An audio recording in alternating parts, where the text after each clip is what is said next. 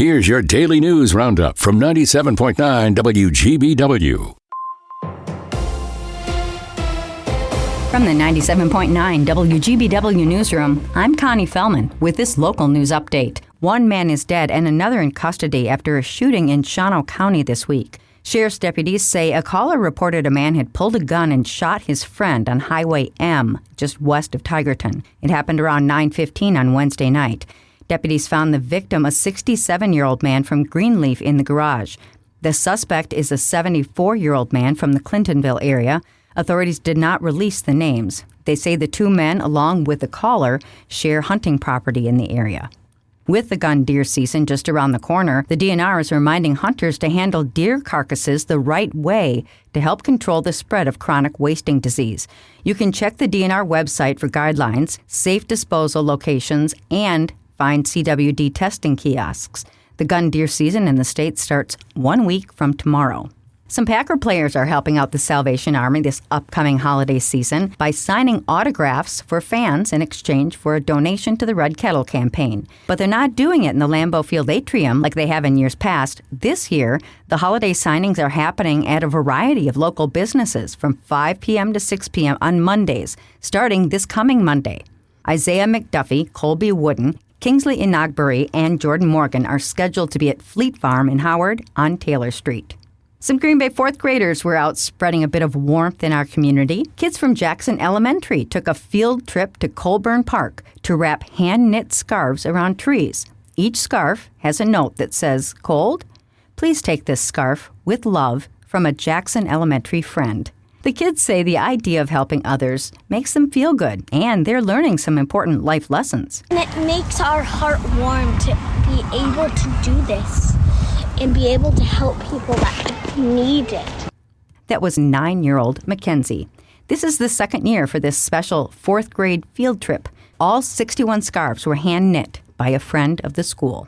With news at the top and bottom of the hour all day and on demand anytime at WGBW.FM, I'm Connie Fellman, 97.9 WGBW News.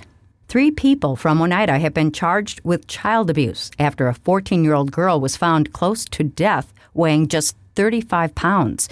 According to the criminal complaint, the girl's father called 911 to report that his autistic daughter was lethargic, moaning, and almost comatose. The first officer on the scene said she thought the girl looked to be only 6 to 8 years old, according to the complaint.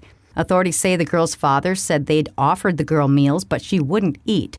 One of the nurses caring for her in the hospital, though, said the girl lit up when told she'd get 3 meals a day in the hospital. The nurse said in the complaint the girl started listing off all the food options she could have over the course of her hospitalization. The girl then reportedly said her dad would be so mad because he doesn't like when she eats so much. The girl lived with the 3 people charged in the case.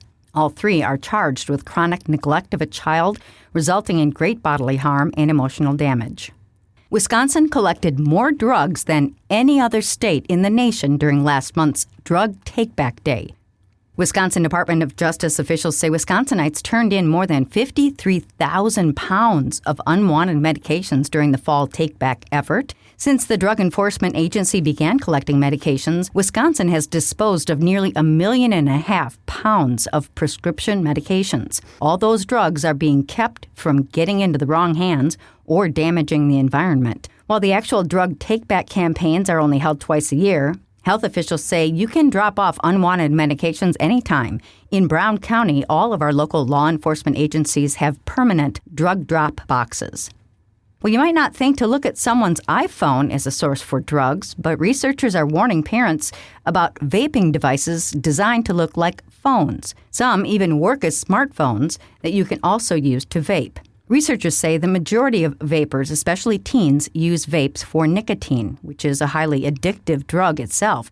But vapes can also be used for other drugs, like THC, meth, even fentanyl. Doctors at UW-Madison say the products are a double threat to teens, exposing them to 2 highly addictive behaviors at once, screen use and nicotine. The warning comes ahead of the Great American Smokeout on November 20th. November's Law of the Month reminds Wisconsin drivers flashing lights ahead means move over or slow down. The Move Over law requires drivers on multi-lane roads to change lanes when emergency vehicles have flashing lights or to slow down if moving over isn't possible. The DOT says it's about protecting responders. 73 have been hit while working roadside in recent years. The Packers have just announced the date for their 2026 charity softball game. The offensive team will take on the defense on June 5th at Fox City Stadium. Packers quarterback Jordan Love is the host. The event raises money for Love's Hands of Love Foundation. Longtime softball game host and legendary Packers wide receiver Donald Driver is also scheduled to attend and interact with fans. Green Bay's Packer party houses could be facing a big opponent. The Green Bay City Council has voted to accept a report recommending major updates to the city's short-term rental policies. Proposed changes include a 7-day minimum stay as well as increased permit fees. City officials say the changes aim to free up more long-term housing and address affordability issues. But those who own homes they rent out for Packer games say that move would virtually put an end to that practice.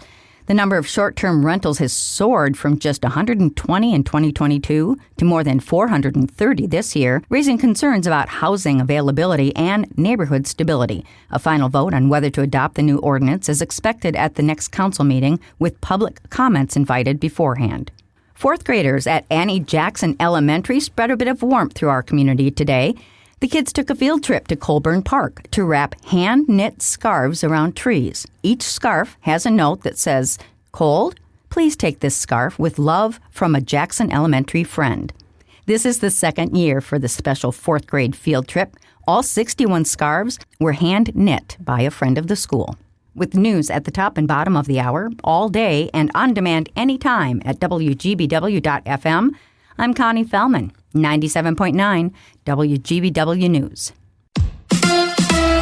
Bucks basketball tonight. Hi, I'm Mike Clemens with sports. It's the Bucks and the Hornets in NBA Cup action at Fiserv Forum in Milwaukee. At just 23 years old, the Bucks point guard Ryan Rollins is averaging just over 17 points per game. Head coach Doc Rivers. He's been great, learns every day. He's still young, and he's probably the hardest worker on our team. He's got a lot going for him. College football. Wisconsin's at number 2 ranked Indiana tomorrow. Kickoff 11 a.m. The Packers play the Giants Sunday at noon. Lucas Van Ness back at practice after missing a month with a foot injury. Baseball, Brewers GM Matt Arnold named the MLB Executive of the Year for a second year in a row. So what about the team's payroll next season? We're going to have the resources that we need. We have support from our ownership to put a quality product on the field. There are a lot of small market teams that can't say that, and we can. And then there are also a lot of teams that spent a lot of money that didn't get in, and so I don't think it's just about the money. That's the Brewers' Matt Arnold with Sports on Mike Clemens. It is going to be a gorgeous day today, mostly sunny with just a light breeze. Our high in the upper 50s to near 60 this afternoon. Tonight, mostly cloudy. We're going to drop into the 40s. Tomorrow,